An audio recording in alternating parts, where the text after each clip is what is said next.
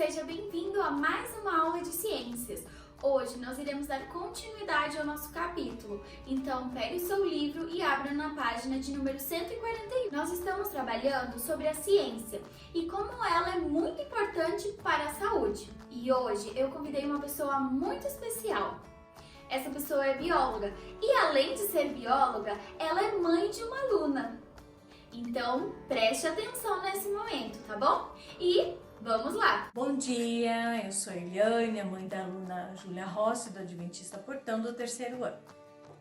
Sou formada em Biologia, trabalhei muitos anos no laboratório e hoje vim falar um pouquinho sobre o microscópio e os micro-organismos.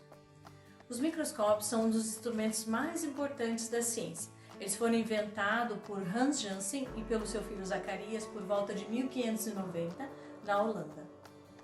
Naquela época, os microscópios eram bem simples, então eles não tinham capacidade de aumento que hoje os microscópios eletrônicos têm, e eles têm capacidade de aumento de milhões de vezes. Então agora eu vou falar um pouquinho das principais estruturas do microscópio. Então aqui as lentes oculares, que é onde você vai enxergar o teu micro-organismo. Aqui é a lâmpada, que vai dar o foco para visualizar. Aqui são as lentes objetivas, que é onde vai dar o aumento de 10, 100 ou 1000 vezes. E aqui são os botões reguladores, que faz com que essa base suba e desça. E o controle de luz, que é do botão liga e desliga. Então, quando os cientistas começaram a utilizar os microscópios, eles começaram a ver um mundo bem diferente, um mundo fantástico dos micro-organismos. E o que são os micro-organismos? São pequenos seres vivos que só podem ser visualizados por meio de um microscópio. Agora eu vou falar um pouquinho sobre os tipos de micro-organismos. Um deles são as algas. As algas, como vocês podem ver, a gente pode enxergar elas na praia, mas microscopicamente a gente enxerga elas assim.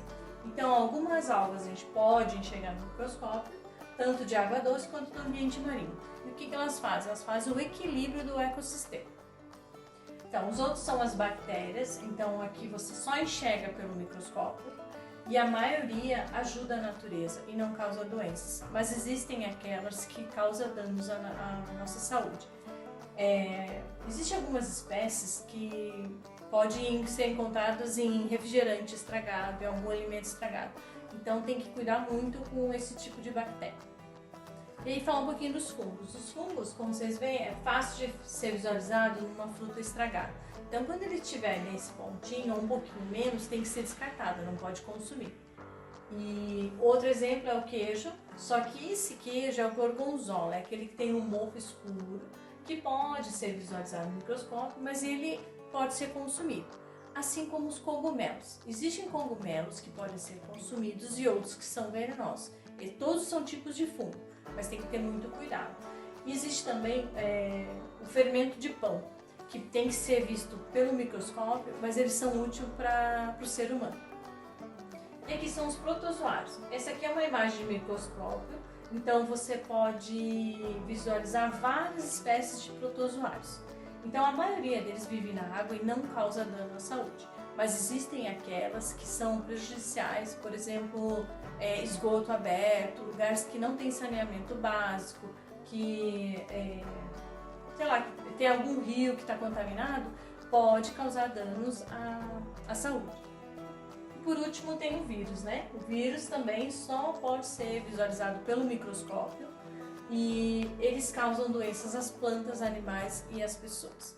Então hoje a gente vive essa pandemia do coronavírus, mas há muito tempo sempre existiu o vírus da gripe, aquelas viroses, então a gente tem que ter cuidado com a nossa higiene. Né? Hoje a gente tem que se proteger com máscara, mas é importante lavar as mãos, usar álcool gel. Então é muito importante a gente cuidar para cuidar dos outros também. Então aqui eu trouxe para vocês duas placas que a gente utiliza em laboratório, que foi feita a análise de um espirro, quando uma pessoa tossiu, né? Que vocês podem ver que tem vários tipos de bactéria. O vírus, né, o vírus da tosse.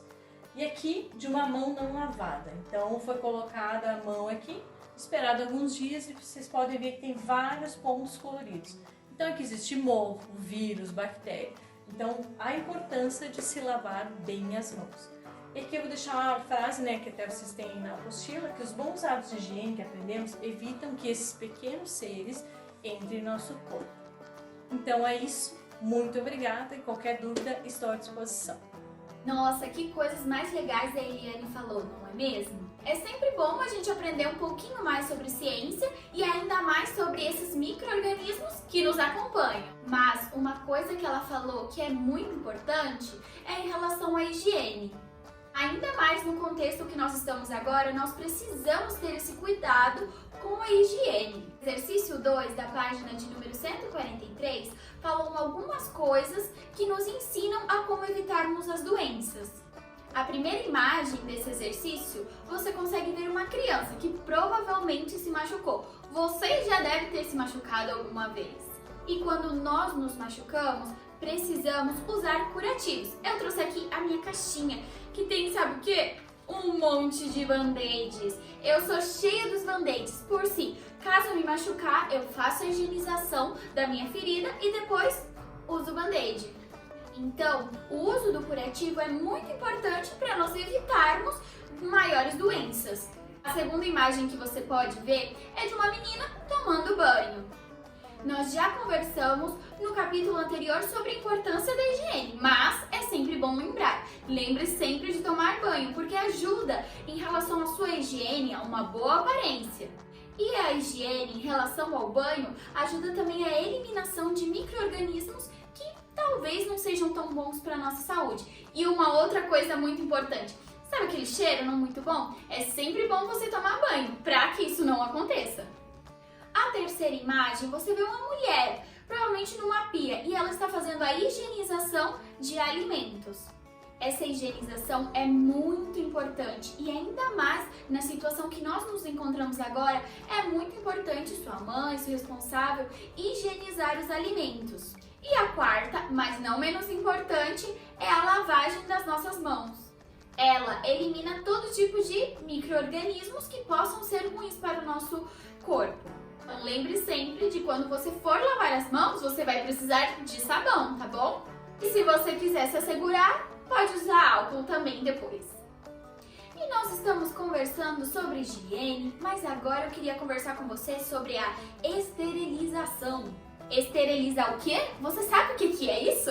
Você sabia que médicos, dentistas, eles colocam nos seus aparelhos, aqueles que eles colocam nos nossos dentes, ou quem sabe o médico acaba te examinando, eles colocam em uma máquina e essa máquina tem a capacidade de higienizar, esterilizar. Seu objetivo é matar todo tipo de micro-organismos. Eles são fornos bem quentes, conhecidos também como autoclaves. E quando o instrumento for limpo, já aconteceu todo esse processo, se pode dizer então que o instrumento foi esterilizado. É comum você ver isso também quando a sua mãe vai fazer a unha, que daí a moça que faz a unha pode dizer: esses aparelhos que eu estou usando com você foram esterilizados, não existe nenhum micro-organismo nele que possa causar alguma doença para você. Que legal, não é? É muito legal nós aprendermos cada vez mais sobre a ciência. Agora, nós vamos falar sobre um outro instrumento que os médicos utilizam para descoberta de algumas doenças e também para saber se a nossa saúde está boa. Esse instrumento é a máquina de raio-x. A minha amiga Natália, que conversou com vocês na semana passada, ela falou só um pouquinho, sobre o que era a máquina de raio-x. Essa máquina produz imagens do interior do nosso corpo, dando para ver tanto os órgãos quanto os ossos. Se você alguma vez já se machucou forte e acabou sentindo muita dor e você foi no médico, talvez ele tenha pedido para você fazer um raio-x para ver como estava o seu osso, se ele estava quebrado, se tinha acontecido alguma coisa. E é isso para que mais ou menos o que serve o raio-x. O raio-x é um tipo de luz invisível que consegue ultrapassar os objetos. Então, ao fazer essa foto por meio do raio-x da máquina, você consegue tirar, por exemplo, pele, músculos e ver realmente aquilo que interessa, que seriam os ossos e os órgãos. Essa fotografia é especial, ela faz com que nós consigamos ver aquilo que está dentro do nosso corpo. Você Você também pode ter visto uma máquina de raio-x, sabe quando você viaja de avião e você passa por toda aquela triagem e daí você tem que tirar alguns objetos metálicos para passar em outro lugar e você deixa tudo em uma mesinha que passa por uma máquina. Essa máquina consegue observar aquilo que está dentro da sua bolsa, por exemplo. Essa também é uma máquina de raio-x, mas no caso que a gente está falando agora é da máquina do raio-x, que são usados pelos médicos, também dentistas, pessoas da área da saúde. Esse instrumento, ele é muito importante e dentro da medicina existem vários outros. Agora você deve fazer o exercício 3 do livro, da página de número 144. A gente se vê na próxima aula, tá bom? Espero que você tenha gostado. Tchau pra você!